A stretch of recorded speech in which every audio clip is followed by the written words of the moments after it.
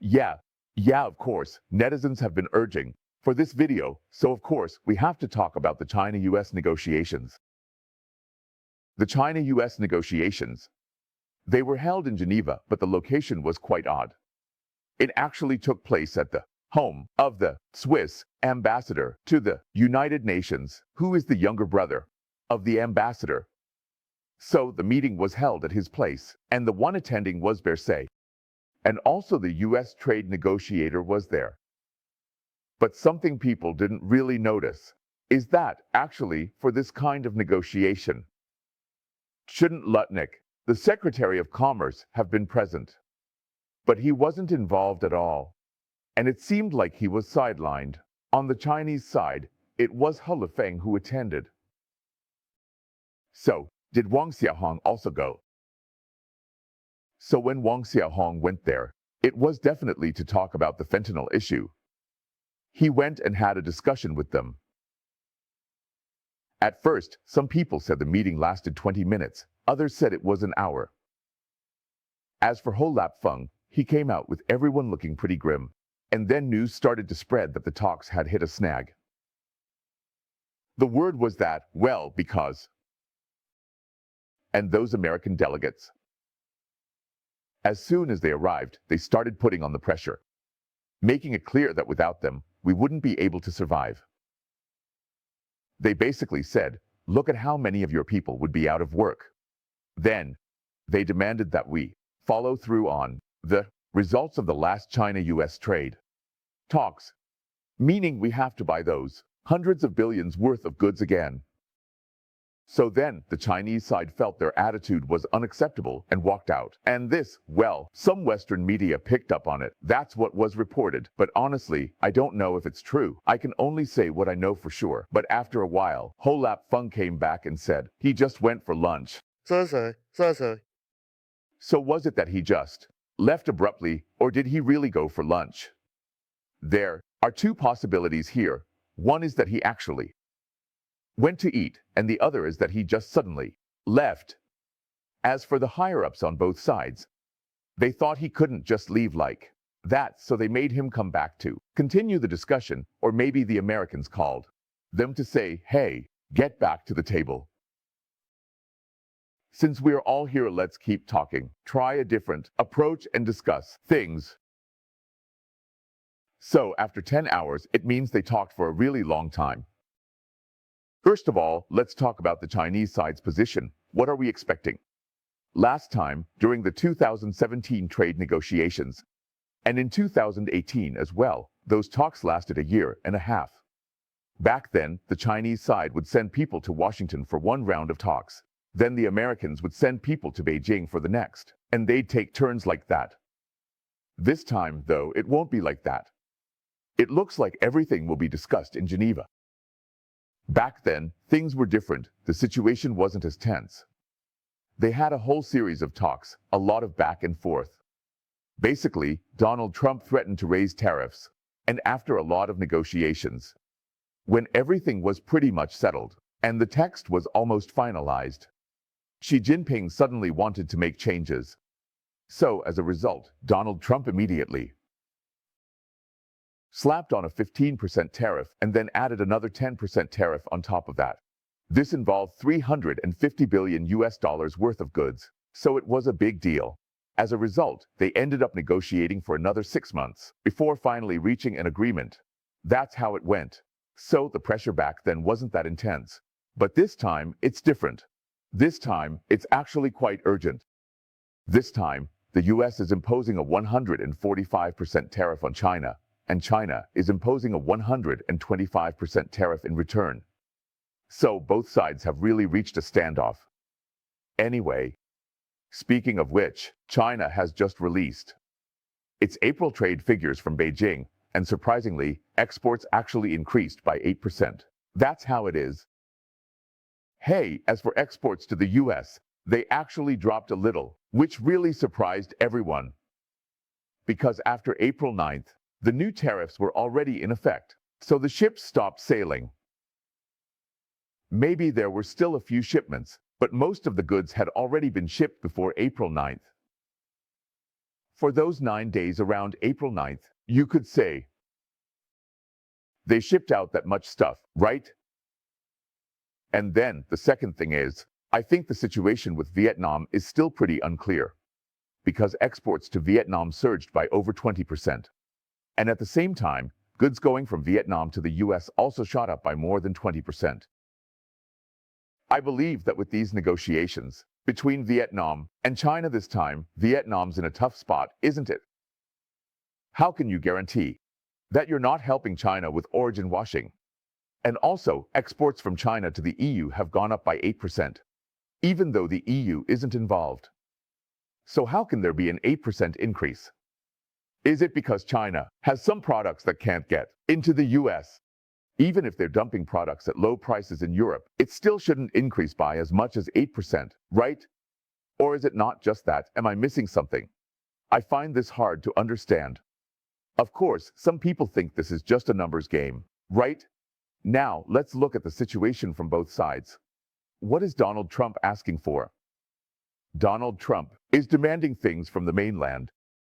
He wants them to open up their markets and stop putting up those non-tariff barriers, which includes things like state-owned enterprise monopolies.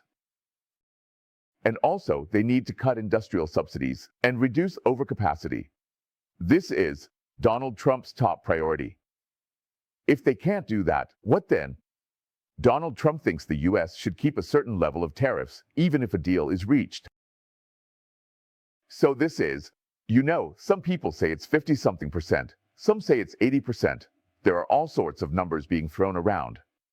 Actually, the bottom line that Donald Trump worked out with those big players, like Costco and Walmart, is that if Chinese products only get hit with tariffs of about 50-something percent, they can still keep operating. In other words, the price increases wouldn't be too severe, something like that. But the information coming out from Walmart, and as for Donald Trump, he's thinking it might be more like 80-something percent. As for China, well, they still need to keep selling things like rare earths and those kinds of products to the U.S. So they'll have to buy in large quantities. I think they'll have to stop buying natural gas from Iran and Russia and instead switch to buying oil and natural gas from the U.S. But that's something China would find really hard to agree to, because cutting off Russia and Iran like that would basically be pushing them to the brink.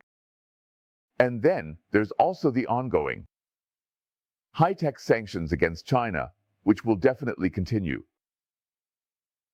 Plus, they'll have to sell TikTok. This is really important for Donald Trump.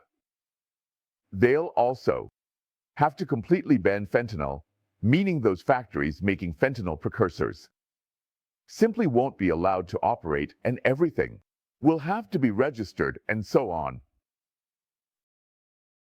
All right, so these are the demands from the Chinese side. What are they? The Chinese side is asking for all tariffs to be removed. That's what they're saying. Originally, there was a 19% tariff, and as for fentanyl, they're basically saying, tell me what to do, and you'll lift the restrictions. That's why they sent Huang Xiaohan over. They're saying, I'll do exactly as you say. So you have to remove that 20%, right? All right, so the important thing is, if you want me to remove the tariffs on the U.S., then I want you to remove the tariffs the U.S. imposed on me. Actually, on this point, China is prepared to make concessions.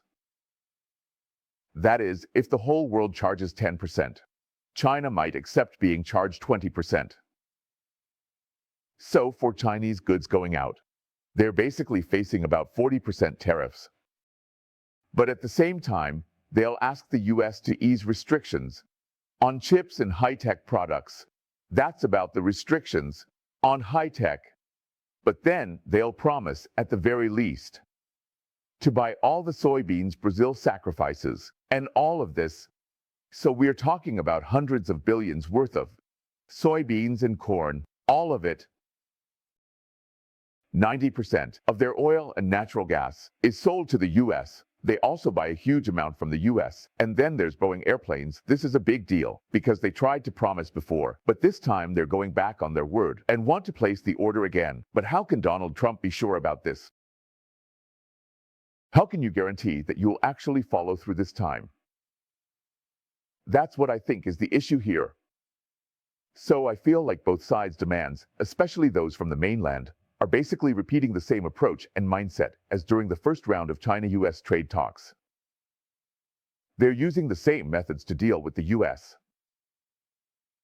But after everything that happened last time, the US just isn't willing to listen to them anymore. They simply won't listen. There's no way they'll let go of those high-tech things. Is this about scaring you with rare earths? Then you have to let go of them right away. I want to keep those really high tariffs on you, whether it's 5-something% or over 80%. That's the scariest part. As for China being able to say, I'll give you 100 of these, that's really hard to negotiate at this point. But now that things are dragging on, both sides are basically competing with each other. What is China betting on? They're betting that in 2 or 3 months, if Chinese goods don't go through, there will be a lot of shortages and inflation will skyrocket on the mainland. As for Donald Trump, he's worried about the midterm elections, and business owners keep going to him, complaining to Donald Trump every day, which is really annoying for him. So what happens then?